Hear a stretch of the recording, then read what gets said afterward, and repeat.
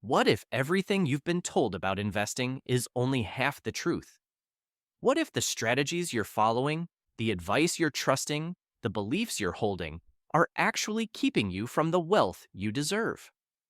Today, we're going to talk about 5 unsettling facts about investing. Facts that most people don't want to hear. Facts that the financial industry doesn't always advertise.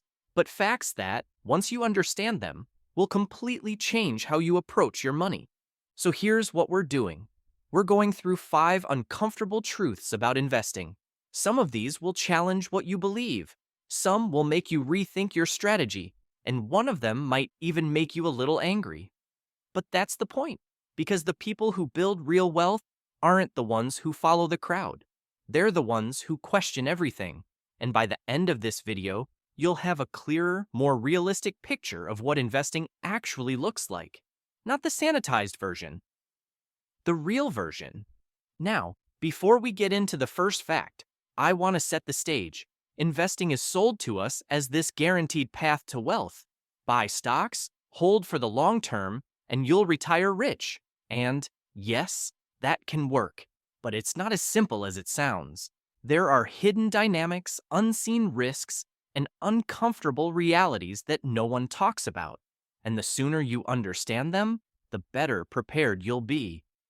All right, unsettling fact number 1. Most investors underperform the market, even when they think they're doing well. This is a tough pill to swallow. Because we all like to believe we're above average. We read the books, we follow the news, we pick our stocks carefully. But the data tells a different story. Study after study shows that the vast majority of active investors, including professional fund managers, fail to beat a simple index fund over the long term. We're talking about 70, 80, sometimes 90% of them. Why does this happen?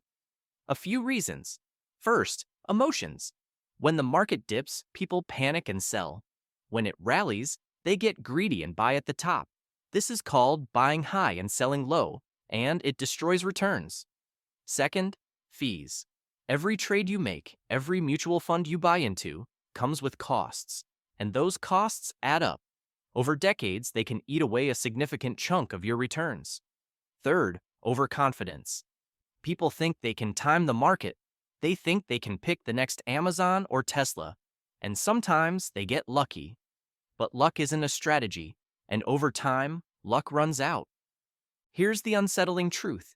If you're actively trading, if you're constantly buying and selling, if you're trying to outsmart the market, there's a very high chance you're actually hurting yourself.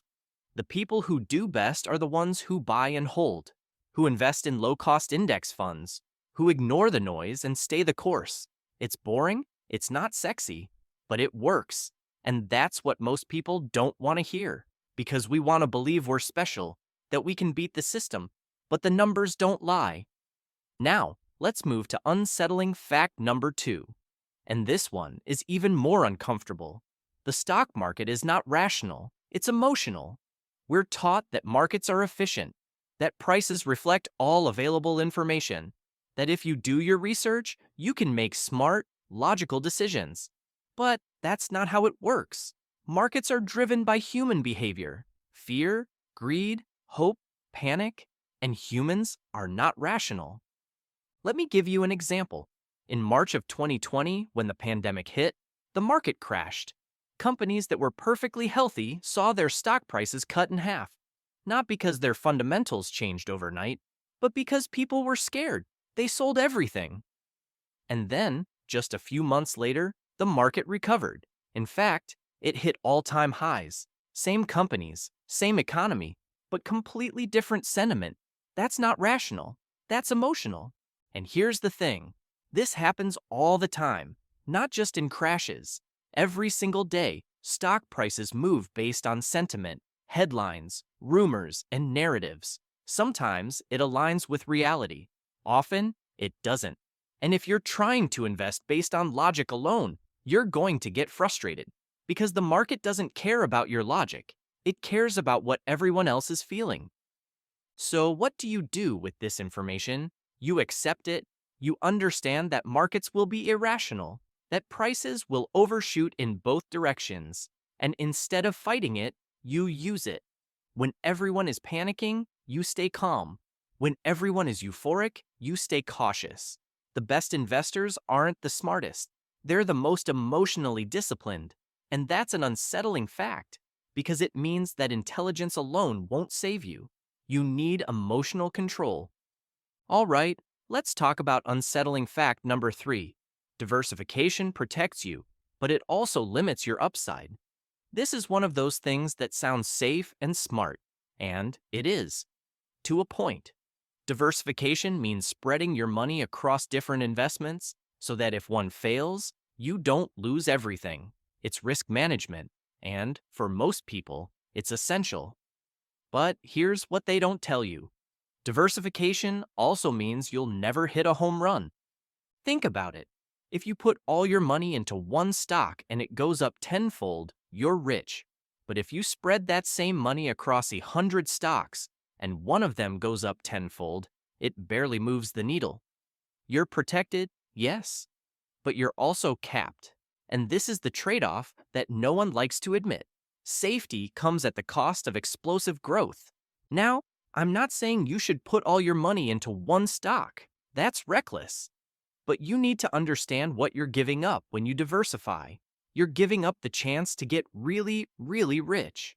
And that's fine if your goal is steady, reliable growth.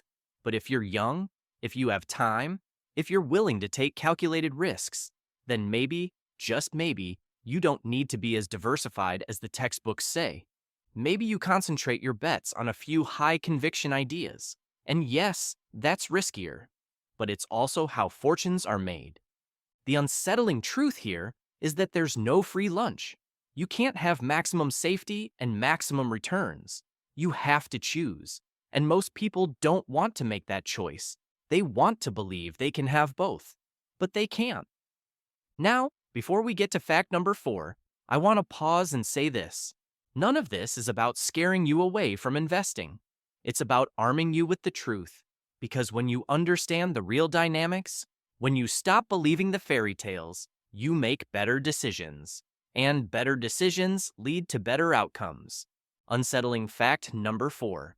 Time in the market beats timing the market. But most people can't emotionally handle staying in. You've probably heard this phrase before. Time in the market beats timing the market. It's one of the most repeated mantras in investing. And it's true. Historically, if you just stay invested, if you ride out the ups and downs, you come out ahead. But here's the problem. Most people can't do it. When the market drops 20%, 30%, 50%, people freak out. They see their portfolio cut in half and they think, I need to get out before it gets worse. So they sell. And then they miss the recovery. Because the biggest gains often happen right after the biggest drops. And if you're not in the market, you don't capture them. This is why the average investor's returns are so much lower than the market's returns. Not because they don't know the strategy, but because they can't stick to it. Here's some data to back this up. According to research from Dalbar, the average equity investor earned about 7% annually over the past 20 years, while the S&P 500 earned over 9%. That gap? That's the cost of emotional decision-making. That's the cost of trying to time the market. That's the cost of not having the discipline to stay in. So the unsettling truth is this. The strategy works, but only if you can handle the psychological toll, and most people can't.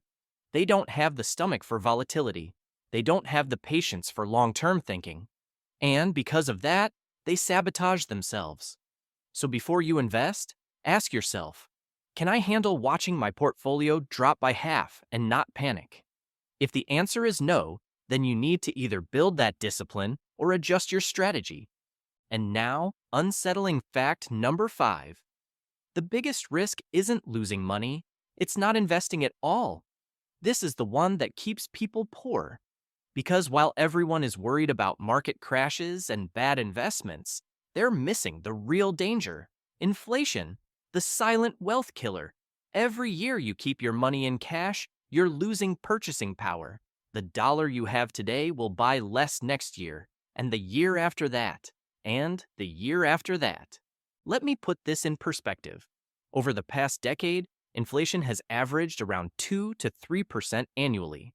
That means if you had $10,000 in a savings account 10 years ago, it's worth about 20 to 30% less today in real terms. You didn't lose the money, but you lost the value. And that's the risk no one talks about, the risk of doing nothing. Here's the unsettling truth. Not investing is a decision. It's a decision to let inflation erode your wealth. It's a decision to stay stuck financially. And it's the most common decision people make because they're scared. Scared of losing, scared of making mistakes, scared of the unknown. But the irony is, by trying to avoid risk, they're guaranteeing their own financial mediocrity. So what's the takeaway? Investing isn't risk-free, it's uncomfortable, it's uncertain, but the alternative is worse. The alternative is watching your money slowly lose value while you do nothing. If you found this valuable, subscribe for more insights like this.